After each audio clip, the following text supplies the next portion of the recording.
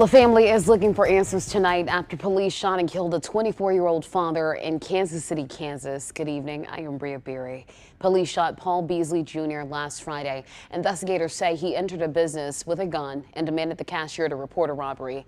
All of this happening off of State Avenue near 82nd Street. KMBC 9's Jackson Kurtz is live at the East Patrol in KCK tonight after speaking with Beasley's family. Jackson.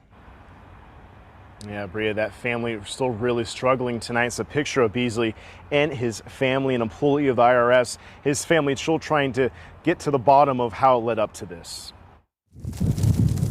To his family, he deserves more than this. Paul Beasley Jr. was simply PJ. He was a man that took care of his family, his mom, his father, and his girlfriend Monique. A father of two who was struggling. His oldest child, namesake, passed in his arms from a heart defect that they knew nothing about, and I know that changed him. Beasley's family says those struggles led him on a visit to Denver where he took a psychedelic drug they believe was laced. His thoughts were someone was chasing him.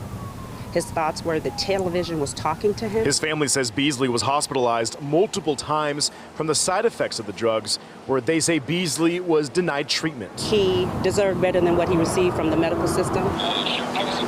It all came to a head Friday on State Ave, and the KBI said Beasley demanded the cashier call 911 and report that the store was being robbed. An officer saw him with a gun and exited the store as he followed.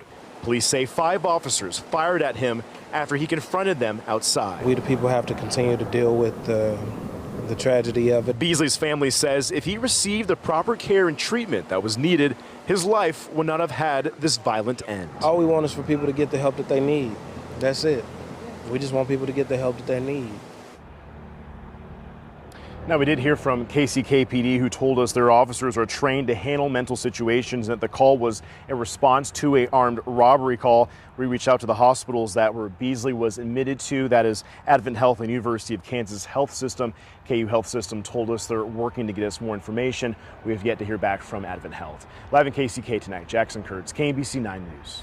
KBI said the investigation is ongoing. When it's finished, case findings will be presented to the Wyandotte County prosecutor for any additional charges.